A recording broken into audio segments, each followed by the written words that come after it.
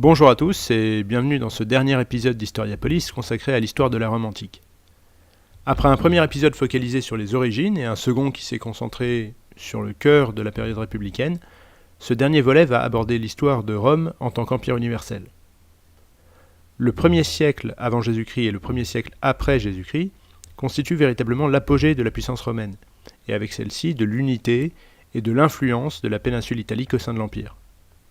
La péninsule italienne est unifiée sous une seule langue, avec une seule monnaie, un seul droit, et formant une communauté de culture telle que non seulement les Italiens de toute la péninsule se sentent liés à Rome et redevables d'elle, mais les Romains eux-mêmes ne se sentent plus différents ou supérieurs aux autres Italiens. Il n'est plus perçu pour un aristocrate romain comme dégradant d'exercer des fonctions municipales hors des limites de l'Ours. Cette situation va évoluer par la suite. Le 2e siècle va marquer une période de déclin, notamment économique, de l'Empire et de la péninsule. Peu à peu, les non-italiques, les barbares, entre guillemets, vont être tolérés au sein de l'armée et des fonctions politiques romaines, d'abord venant des provinces non-italiques proches, puis de plus en plus éloignées. Le monde romain se désitalianise, et bientôt le fossé politico-culturel avec l'Orient, déjà entreaperçu lors de la guerre opposant Octavien à Marc-Antoine, va se creuser, au point de séparer le destin des deux parties de l'Empire. En Occident même, Rome va finir par perdre sa centralité et son statut de capitale. En -27, Octave se fait donc accorder le titre d'Auguste, qu'il gardera comme surnom et qui lui confère une position vénérée à l'égal des dieux. C'est ce que l'on appelle le culte impérial. Même si Rome n'est pas officiellement un empire, elle en a exactement le fonctionnement, avec un empereur aux mains desquels tous les pouvoirs sont concentrés, pouvoir politique, grâce au titre de princeps, militaire, grâce au titre d'imperator, et religieux, grâce au titre d'Auguste et de César. Auguste va réorganiser l'administration avec de nouveaux rouages du pouvoir, notamment le conseil de l'empereur, une sorte de conseil d'État réduit à l'influence considérable, le trésor impérial aux ressources importantes, et les hauts fonctionnaires parmi lesquels on compte les procurateurs, chargés de l'administration financière, et les préfets, chargé de diverses fonctions de maintien de l'ordre et de ravitaillement. Sous Auguste, les élites romaines se divisent alors en deux factions principales. L'élite sénatoriale, issue des vieilles familles de la noblesse, au pouvoir assez limité, mais à très forte charge symbolique et représentative, et l'élite chevaleresque, composée d'hommes ayant fait leurs preuves sur les champs de bataille, souvent aisés mais un peu moins riches et disposant en revanche des postes les plus cruciaux de l'administration et du fonctionnement politico-institutionnel de l'Empire. Au niveau du domaine contrôlé par Rome, désormais gigantesque et s'étendant presque à tout le pourtour méditerranéen, Auguste décide d'adopter une politique plus défensive. Certes, l'armée romaine est d'une puissance inégalée, mais ses effectifs, s'ils permettent encore de contenir les pressions extérieures, ne permettent plus d'agrandir nettement l'Empire. Les seules conquêtes réalisées le seront pour des raisons défensives, et le désastre de la bataille de Teutobourg, en 9 après Jésus-Christ, contre les Germains, mènera Rome à se fixer prudemment sur le Rhin, au nord, sans chercher à le dépasser.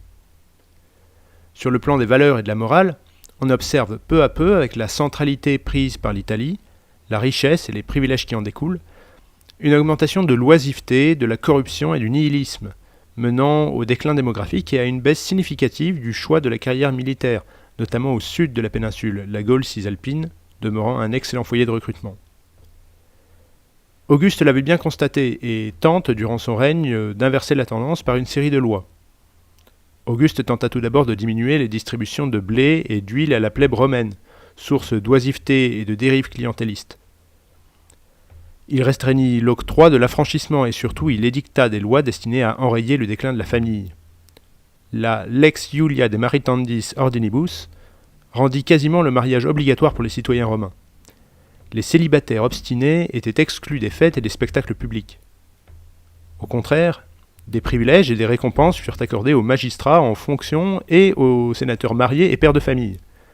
La Lex Sumpturia visait à limiter le luxe des banquets et de la vie privée.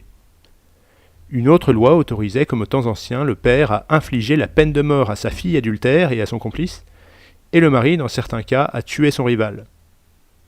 Les 4 premiers successeurs d'Auguste, proches de sa famille, ont constitué ce qu'on appelle la dynastie julio-claudienne, étant tous issus des familles nobles Iuli ou Claudii. Tibère, s'il poursuit la politique raisonnable d'Auguste, c'est-à-dire militairement peu expansionniste et intérieurement peu dépensière, n'avait pas son tempérament conciliant et perçu comme irascible, finit son règne si impopulaire qu'il s'exile lui-même à Capri, laissant de fait le pouvoir à son tyrannique préfet du prétoire, Séjan. Caligula est intronisé par la guerre prétorienne, notamment car il était le fils du très populaire général romain Germanicus. Il faut préciser à ce point qu'aucune règle de succession précise n'avait été mise en place depuis Jules César. L'Empire comportait donc une instabilité intrinsèque en ce qu'il ne désignait pas un héritier précis, ce qui allait lui coûter très cher par la suite étant l'une des causes de la valse fréquente des empereurs tout au long de l'histoire impériale. Cette intervention de la guerre prétorienne afin de nommer l'empereur parmi les hommes de confiance, généralement liés à l'ordre militaire, est, avec Caligula, la première d'une très longue série. Rapidement, l'empereur va être pris de démence. Même si les sources ne sont pas forcément fiables, car elles proviennent principalement d'historiens du IIe siècle ayant volontairement dévalorisé l'action des Julio-Claudiens afin de mettre en valeur l'action des empereurs de leur époque, il est probable qu'elles soient assez proches de la réalité quand elles dénoncent la folie de Caligula et ses excentricités. En fin de compte, il finira assassiné quelques années plus tard par cette même garde prétorienne. Après avoir nommé par erreur un fou, la garde prétorienne va tenter de rattraper le coup en nommant un faible à la tête du pouvoir romain, en la personne du Lyonnais Claude, premier empereur né hors d'Italie et du Latium. C'est tout du moins ce qu'elle croyait, car en dépit de l'image très négative qu'en ont conservé les commentateurs de l'époque, Claude se révèle beaucoup moins faible qu'imaginé. Honni des élites romaines, frère de Germanicus et donc oncle de Caligula, il s'appuyait avant tout sur les milieux d'esclaves affranchis qui étaient en pleine ascension depuis quelques décennies, conséquence du nihilisme et de l'oisiveté qui avaient touché la population romaine. Sa politique fut par conséquent assez en faveur des populations non italiques de l'Empire, en particulier celles du Nord-Ouest, politique qui devait se concrétiser par la conquête du sud de l'Angleterre en 43 et son intégration en tant que province nommée Bretagne. Mais il ne néglige pas pour autant Rome, y engageant une politique de grands travaux et modernisant le port d'Ostie.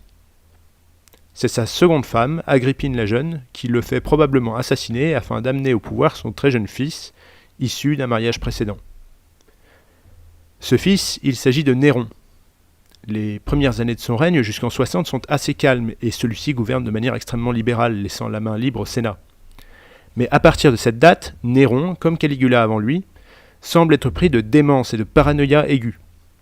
En 64, il est supposé avoir fait incendier Rome et en accuse les chrétiens pour se défausser, épisode bien connu de l'histoire romaine et en réalité difficile à interpréter tant les éléments historiographiques sont peu précis et les théories très variées. L'année suivante, il pousse au suicide son mentor et précepteur, le philosophe stoïcien originaire d'Andalousie, Sénèque. Mécène et grand esthète, fanatique mégalomane, Néron est poussé à son tour au suicide en 68 par une révolte de généraux. L'année qui suit est extrêmement chaotique. 4 empereurs se succèdent et la lutte pour le pouvoir ressemble à un conflit entre légions, notamment celle de Germanie, dirigée par Vitellius, et celle d'Espagne, dirigée par Galba. Très populaire auprès des armées d'Orient qu'il dirige, Vespasien, plus proche du camp espagnol, va profiter de la situation et, après un chaos indescriptible, parvenir à se faire nommer empereur. Son règne correspond à un retour de l'ordre à Rome. Premier empereur non issu des familles sénatoriales, originaire d'un milieu modeste de chevaliers sabins, il va reconsidérer les populations italiques, notamment du nord de la péninsule, en les rapprochant du pouvoir. Remettant en état les finances de l'Empire, il va accélérer la romanisation de l'Espagne et surtout charger son fils Titus de détruire le temple de Jérusalem en 70 à la suite de la grande révolte juive, ce qui aura d'importantes conséquences dans l'Orient méditerranéen. Cette dynastie inaugurée par Vespasien porte le nom de dynastie des Flaviens. Le court règne de Titus sera marqué par 2 événements qui marqueront durablement l'histoire de Rome. L'éruption du Vésuve, qui engloutira la désormais mondialement célèbre ville de Pompéi, et une épidémie de peste qui sévit à Rome. Il faut aussi noter que, entamé sous Vespasien, c'est sous Titus que se termine la construction du Colisée. C'est Domitien, le frère de Titus, qui prendra sa succession, règne marqué par une grande efficacité administrative, une expansion de Rome au nord, notamment en Bretagne et en Germanie, mais aussi par un autoritarisme croissant, confinant à un absolutisme tyrannique vers la fin. Parmi les grands intellectuels de l'époque flavienne, on peut citer Flavius Joseph ou encore Pline l'Ancien, mort lors de l'éruption de 79. Venons-en maintenant à l'Italie du IIe siècle. Cette grande période de presque un siècle et demi qui va de 96 à 235 est appelée la Pax Romana. Dominée par deux dynasties, celle des Antonins et celle des Sévères, elle correspond véritablement à l'apogée de l'Empire romain, à son plus haut sommet de puissance, d'influence culturelle et civilisationnelle. C'est vers l'an 116 que le territoire impérial atteint sa plus grande expansion. Sur la dynastie des Antonins, voilà ce que dit l'historien Pierre Milza. Le siècle des Antonins, de 96 à 192, marque l'apogée de l'Empire. Après les Flaviens, dont les représentants ont incarné l'ascension de la bourgeoisie italienne, ce furent ceux des vieilles familles installées en Espagne et en Gaule qui accédèrent à la direction des affaires. La stabilité institutionnelle qui caractérise cette époque et la qualité des souverains qui l'ont illustrée tiennent au fait que l'empereur régnant a continuellement adopté pour lui succéder le candidat qui lui paraissait le plus digne d'assumer la conduite de l'État. Après le court règne de Nerva, c'est Trajan qui va véritablement prendre les rênes de l'Empire. Si Claude était né à Lyon, ses origines étaient entièrement liées à Rome et il y est très vite retourné. Trajan, pour sa part, est le premier empereur à n'avoir véritablement aucune connexion à la base avec l'Italie, étant originaire de Bétique, où sa famille s'était établie des décennies avant sa naissance. D'ailleurs, symbole du déclin de la centralité de l'Italie et de Rome au sein de l'Empire, Trajan est le premier empereur à ne pas immédiatement se rendre dans la capitale au début de son règne. Il attend plus de 2 ans pour s'y rendre. La personnalité de Trajan est assez proche de celle d'Auguste. Souverain apprécié, stratège redoutable et personnalité à la fois ferme mais capable de modération, il gouverne selon les principes purs du stoïcisme décrit par le panégyrique de Pline le Jeune et le discours sur la royauté de Dion Chrysostome, bien que de manière un peu plus austère qu'Auguste. Sur le plan militaire, il conquiert la Mésopotamie et surtout la Dacie, source d'argent considérable, et, comme l'empereur Claude, sur le plan des infrastructures, il modernise fortement Rome, l'Italie et les provinces occidentales. Après le guerrier et l'administrateur Trajan, vient le règne du voyageur Adrien. Contraint de reculer en Orient où son prédécesseur avait été trop loin et où la guerre de Kittos, l'un des épisodes des guerres judéo-romaines, créait de graves problèmes d'ordre public, l'empereur se déplace à de très nombreuses reprises en de divers points du Limès dont il avait l'obsession du maintien en bon état. L'exemple le plus représentatif de cette attitude est la construction du mur d'Adrien à la limite nord de la présence romaine en Bretagne. Sur le plan intérieur, ce souverain cultivé et aimant les arts, régnant en despote éclairé, ne fut pas exempt de pulsions brutales, en particulier à l'égard du Sénat qu'il méprisait profondément pour ses tendances prévaricatrices et ses réflexes de caste. Antonin, dit Le Pieux, pour sa part, a été retenu avant tout comme un religieux. Il s'efforce de limiter la progression des religions orientales, notamment le christianisme, et a été un peu plus proche des élites italiennes et romaines. Tous ces empereurs étaient également très empreints de culture hellénique.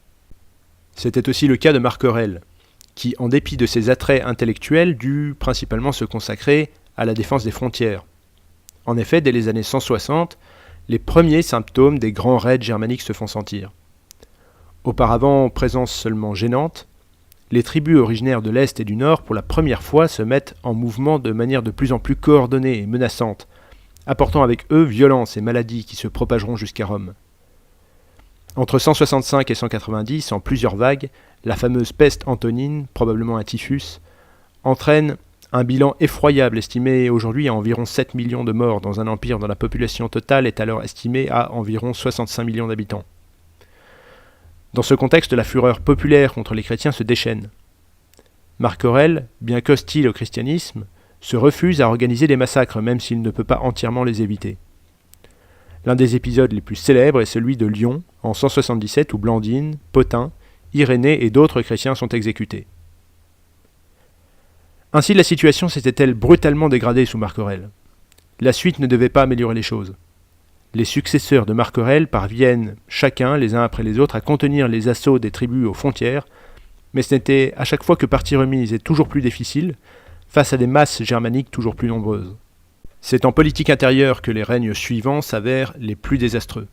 Rome se transformant peu à peu en autocratie militaire où les légions et la garde prétorienne faisaient et défaisaient les souverains.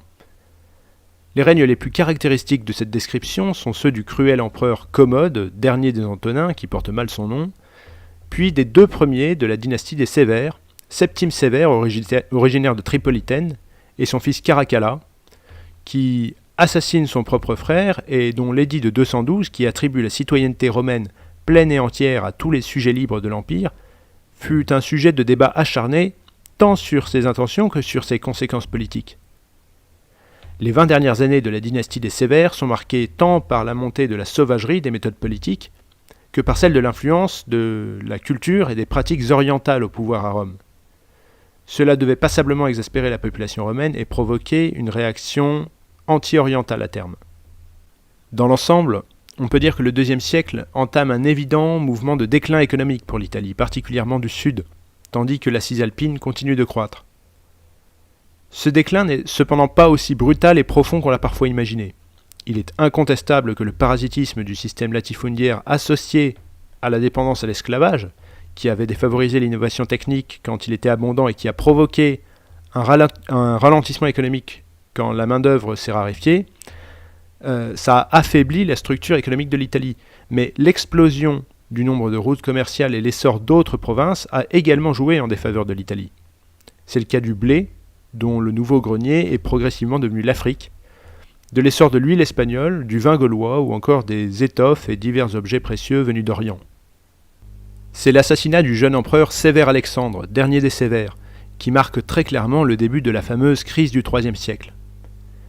Les querelles de succession vont désormais être monnaie courante, et c'est un empire romain considérablement modifié qui sortira de cette crise environ 50 ans plus tard. La crise du IIIe siècle est en réalité une triple crise. Crise militaire, avec les pénétrations simultanées de très nombreux peuples barbares par-delà le Limès, et la création d'États indépendants au sein du domaine impérial, incursion parfois très profonde et durable des Maures d'Afrique, des nomades du sud égyptien, des Goths, des Sarmates, des Burgondes, des Vandales, des Francs en Gaule, des Saxons, des Lombards, pratiquant également la piraterie sur les eaux, détruisant de nombreuses villes un peu partout. Et concernant les États indépendants, il faut citer la constitution d'un éphémère empire de Palmyre, dans tout le Levant, et d'un également éphémère empire des Gaules. Au niveau tactique, l'un des pires désastres de la période est la bataille d'Édesse, contre les Perses sassanides en 260, où l'armée romaine perd 70 000 hommes. On a aussi une crise politique, avec une longue succession d'empereurs au règne très court, souvent issus de l'armée, installés par elle et assassinés par elle, le cycle se répétant de nombreuses fois. Crise économique, enfin, avec une dépopulation au cœur de l'Empire qui continue, des terres de plus en plus abandonnées à cause des incursions tribales et surtout des épidémies qui se poursuivent et avec une armée dont l'entretien coûte de plus en plus cher. Dans ce contexte, la monnaie romaine, longtemps socle de la solidité financière de l'Empire, perd de sa valeur et entraîne de grands pans de population dans la pauvreté. Les routes deviennent peu sûres, le brigandage se généralise. Les élites italiennes fuient les grands centres urbains où de plus en plus de quartiers deviennent des coupe-gorges la nuit et se retirent dans les campagnes reculées. Celles qui restent en ville érigent des fortifications et des enceintes. En dépit de la gravité de la crise, les institutions romaines vont globalement tenir. L'impôt continuera d'être payé, les administrations perdureront, la population continuera de plébisciter l'ordre romain comme unique solution politique, et l'armée, malgré son parasitisme politique, restera très puissante et contiendra le gros des assauts extérieurs. L'histoire de ce qu'il est convenu d'appeler le Bas Empire fut une longue suite de guerres menées par les empereurs pour tenter de contenir les peuples qui enserraient de toutes parts le monde romain, ponctués de victoires qui rétablirent une relative et brève sécurité, mais aussi de lourdes défaites. C'est sous l'empereur Aurélien que la crise du IIIe siècle va se calmer. Il va d'abord réussir à mater les sécessions gauloises et palmyréniennes. Il va aussi réussir à contenir les invasions barbares en Cisalpine, faire construire autour de l'Ourps le fameux mur d'Aurélien, et remettre un peu de transcendance dans l'âme romaine avec le culte du soleil invaincu, le Sol Invictus, originaire comme lui de Pannonie, la plaine hongroise. À cette époque, un certain nombre d'empereurs sont originaires de ces régions entre le Danube, où stationne la plus puissante légion romaine, et l'Adriatique, ainsi donc la Pannonie, mais surtout l'Illyrie. À cette époque-là, on aperçoit déjà les premières formes d'expression administrative de la séparation Orient-Occident dans l'Empire. En fait, ce processus s'est d'abord développé sur le plan militaire. L'Empire, à l'évidence, est trop grand. Pour gérer les situations militaires très différentes de part et d'autre du territoire, Rome fait de plus en plus souvent appel aux barbares qu'elle incorpore directement dans son armée, ce qui lui coûtera très cher par la suite. Mais surtout, reprenant la méthode employée par son obscur prédécesseur Carus, l'empereur d'origine illyrienne Dioclétien va formellement attribuer tous les pouvoirs militaires à son fidèle lieutenant Maximien, afin de faire régner l'ordre dans la partie occidentale de l'Empire. Si la division politique des deux empires n'est pas officielle, leur séparation territoriale et militaire était déjà un fait accompli. En 293, ce système est élargi pour faire place à ce qu'on appelle la tétrarchie. Dioclétien en Orient et Maximien en Occident partagent tous les deux le statut d'empereur, donc d'Auguste, et nomment chacun un César, sorte de vice-empereur chargé à terme de lui succéder. Dioclétien choisit Galère, qui s'installera sur les rives du Danube au contact des barbares, tandis que lui-même régnera à Nicomédie, et Maximien, installé à Milan, même si Rome conservera nominalement le statut de capitale, nommera Constance, qui lui sera installé à Trèves. Le règne se poursuivra dans un contexte d'intensification du culte de la tétrarchie, qui se finira même en idolâtrie d'une certaine manière, au point de massacrer les sujets romains en désaccord avec cette vénération, et en premier lieu les chrétiens qui non seulement refusent de s'y plier, mais commencent peu à peu à pénétrer les hautes sphères de la société. Cet épisode terrible s'appelle la persécution de Dioclétien. En 305, Dioclétien et Maximien décident d'abdiquer afin d'éprouver la solidité du système tétrarchique. C'est un échec complet, et l'Empire retombe immédiatement dans le chaos. Dans ce marasme, c'est Constantin, fils du César Constance, qui va sortir du lot après la mort de son père en 306, se faisant lui-même proclamer César, puis battant tous ses rivaux jusqu'à Rome où il devient empereur en 310 d'abord avec Licinius, qui de son côté gouverne l'Orient, puis seul à partir de 324 jusqu'en 337 mettant fin à la tétrarchie. Le règne de Constantin est marqué par deux décisions fondamentales dans l'histoire de l'Empire, du christianisme, de l'Occident et même du monde méditerranéen. La première est l'édit de Milan en 313. Revirement spectaculaire par rapport à Dioclétien, il assure aux chrétiens le droit de culte et inaugure une politique constantinienne qui sera extrêmement favorable aux chrétiens pendant tout son règne. Il ira même jusqu'à présider le concile de Nicée en 325, premier concile œcuménique chrétien consacré à la lutte contre l'arianisme, et peut-être jusqu'à se convertir lui-même, bien qu'il maintiendra malgré tout jusqu'au bout le culte impérial. La deuxième décision est le transfert de la capitale impériale à Byzance, renommée Constantinople en 330. Voilà ce qu'en dit Pierre Milza. Considérant que la Thrace, continuellement menacée par les Sarmates et les Goths, était devenue le secteur névralgique du Limès, et désirant ne pas s'en éloigner pour mieux assurer la sécurité de l'Empire, Constantin transporta sa capitale sur le Bosphore, à l'emplacement de la vieille colonie grecque de Byzance. Une ville nouvelle fut édifiée et reçut le nom de Constantinople. L'empereur encouragea les familles romaines à s'y établir et fit construire un vaste palais impérial, un hippodrome, des thermes et plusieurs églises, dont Sainte-Sophie dédiée à la sagesse divine. Pour fixer les nouveaux arrivants, dont beaucoup étaient originaires d'Italie, il octroya aux représentants des classes populaires les avantages qui étaient ceux de la plèbe romaine, à commencer par l'annone, c'est-à-dire la distribution gratuite de blé, instituée dès 332. Ce changement de capitale consacrait décidément la victoire de l'hellénisme sur la romanité au sein de l'Empire. Tandis que le déclin de Rome avait commencé par des crises épisodiques jalonnant des périodes de prospérité, plus le temps avance, plus ce sont les longues périodes de crise qui sont entrecoupées de périodes de redressement et de prospérité de plus en plus courtes. Au cours des 4e et 5e siècles, le contexte général est celui d'un gigantesque Titanic coupé en deux et prenant l'eau de toutes parts. Le règne de Valentinien Ier ramène un peu de calme. Par la suite, Théodose Ier parvient même à restaurer l'unité de l'Empire, mettant fin au principe des co-empereurs en 394. Mais, preuve de la fragilité de l'édifice, seulement un an plus tard, à la mort de Théodose en 395, l'Empire éclate définitivement en Empire romain d'Orient et Empire romain d'Occident. Pendant le IVe siècle, un certain nombre de réformes avaient pourtant amélioré la valeur de l'armée romaine. Pourtant, en 378, lors de la bataille d'Andrinople, l'une des plus désastreuses de l'histoire romaine, les peuples goths fédérés par Rome se retournent contre elle et la poignardent dans le dos. Pierre Milza résume l'Empire romain des derniers siècles comme un monde assiégé, véritable camp retranché où les barbares ne cessent d'être ennemis au dehors que pour devenir des auxiliaires dangereux au dedans, qu'il a fallu installer et payer. Il faut tout de même noter un point de rupture au sein de ces invasions barbares. En 374-375, l'arrivée soudaine et extrêmement brutale des cavaliers huns depuis l'Ukraine terrorise même les peuples barbares de l'Europe centrale.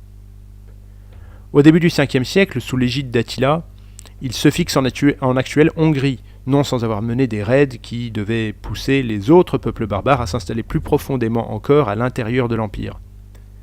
Poussés au sud par les Huns, les Wisigoths, menés par Alaric, pillent la péninsule italienne et effectuent le sac de Rome en 410. Événement dramatique, au retentissement gigantesque à l'époque. Pour la première fois depuis 8 siècles, Rome était envahie et pillée par une peuplade extérieure. Certes, elle n'était de facto plus capitale de l'Empire d'Occident depuis 286 où la résidence de l'empereur avait été déplacée à Milan puis à Ravenne en 402. Mais son prestige symbolique demeurait énorme. Et le sac de 455 par les Vandales sera probablement encore plus atroce et plus meurtrier. Mais la réalité brutale est là. À partir de 410, quelque chose a disparu dans l'esprit des sujets de l'Empire. Rome n'est plus.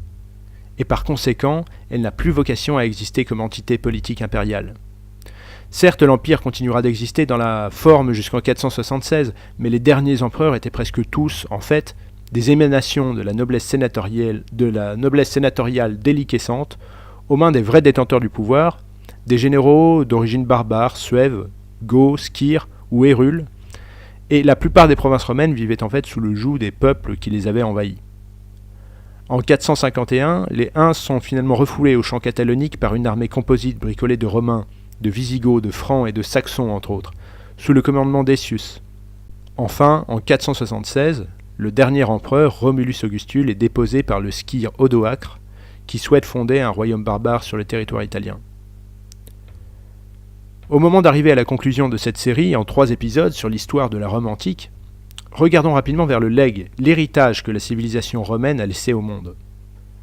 Sur le plan urbanistique, on observe une certaine différence entre les parties orientales et occidentales de l'Empire, dans la mesure où, en Orient, de grands centres urbains préexistaient déjà, qui ont adopté certains édifices romains, comme les temples, les arcs de triomphe, les forums, mais dont la structure urbaine n'a pas été modifiée en profondeur.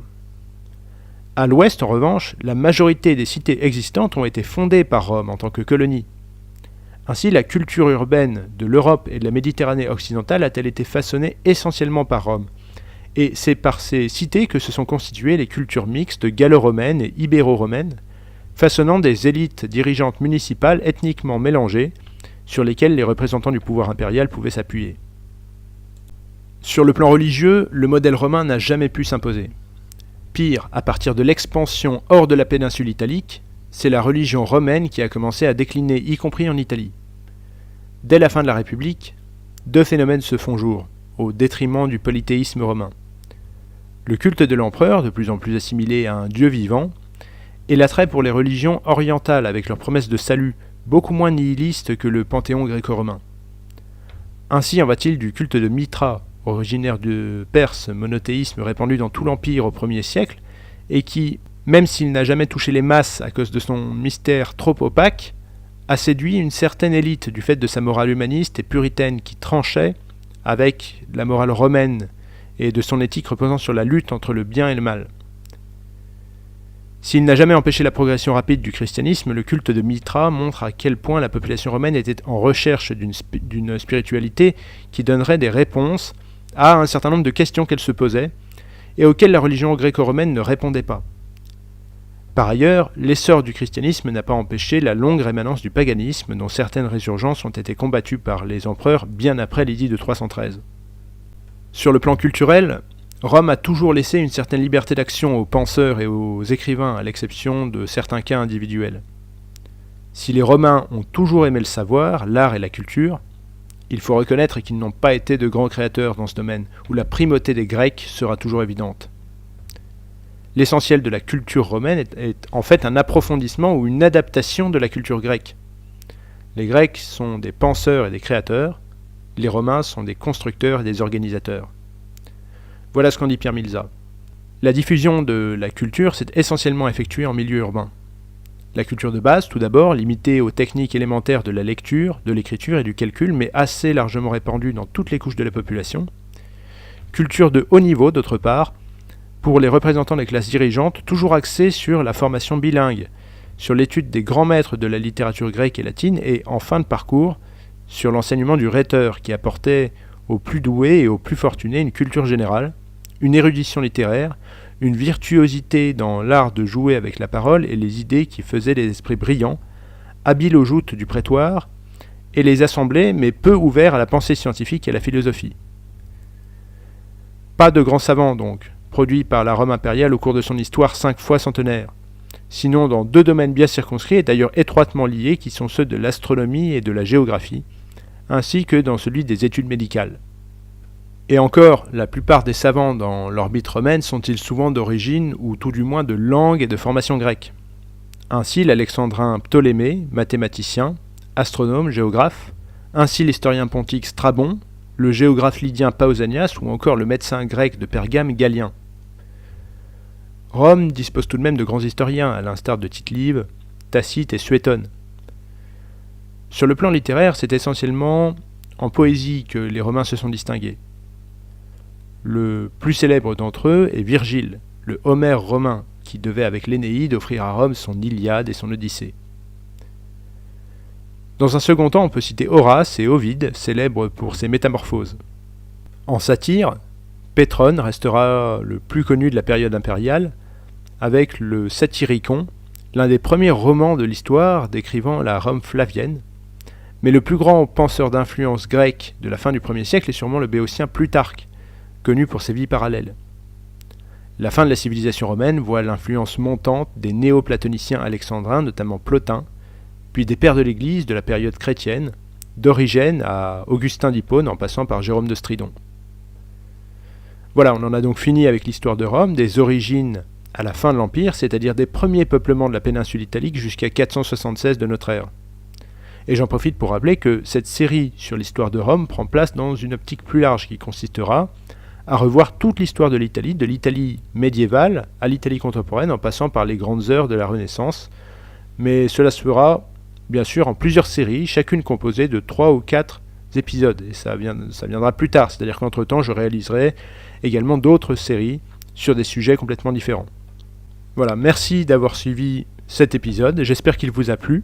Si c'est le cas, vous pouvez le liker, le commenter, le partager, et à bientôt sur Historiapolis.